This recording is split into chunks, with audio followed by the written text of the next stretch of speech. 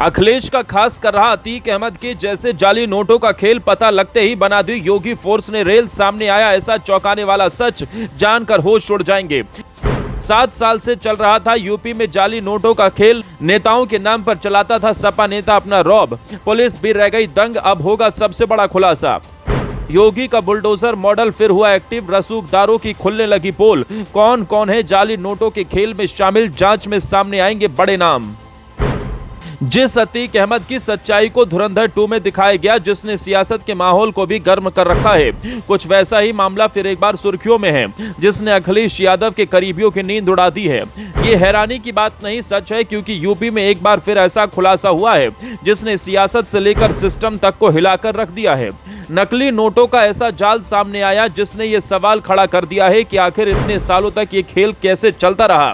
प्रयागराज से लेकर देवरिया और बिहार तक फैले इस नेटवर्क का पर्दाफाश हुआ तो पुलिस के भी होश उड़ गए। जिस शख्स को पकड़ा गया वो कोई छोटा मोटा अपराधी नहीं, बल्कि खुद को बड़ा नेता बताने वाला चेहरा था, और यही इस पूरे मामले को और ज्यादा गंभीर बना देता है।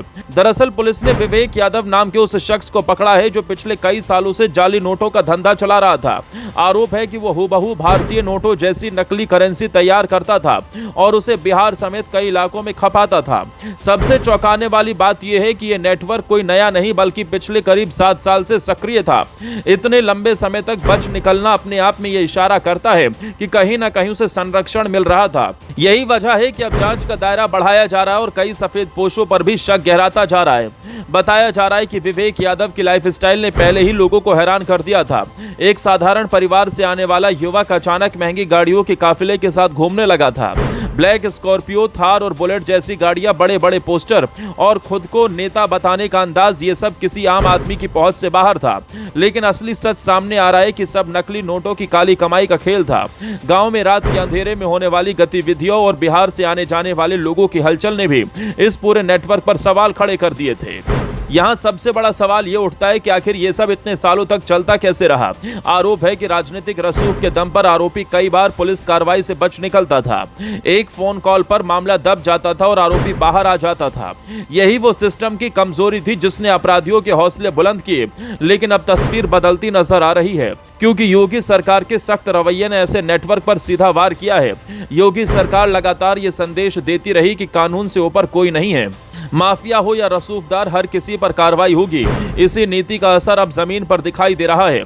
जिस तरह से इस पूरे नेटवर्क का पर्दाफाश हुआ है, उसने ये साफ कर दिया है कि अब पुराने तरीके नहीं चलेंगे। अपराधी चाहे किसी भी राजनीतिक छतरी के नीचे क्यों ना हो, कार्रवाई तय है। यही वजह है कि अब इस केस को सिर्फ एक गिरफ्तारी नहीं, बल्कि एक बड़े अभियान के रूप में देखा जा रहा है। वहीं दूसरी तरफ इस मामले ने सियासी बहस को भी तेज कर दिया। विपक्ष पर सवाल उठ रहे हैं कि आखिर उनके नेता ऐसे कामों में शामिल कैसे हो रहे हैं। ये सिर्फ एक व्यक्ति का मामला नहीं, बल्कि उस पूरी सोच पर सवाल है जिसमें राजनीति की आड़ लेकर अपराध को बढ़ावा दिया जाता है। यही कारण है कि अब इस मुद्दे को लेकर जनता के बीच भी गुस्सा देखने को मिल रहा है और लोग सख्त कार्रवाई की मांग कर रहे हैं।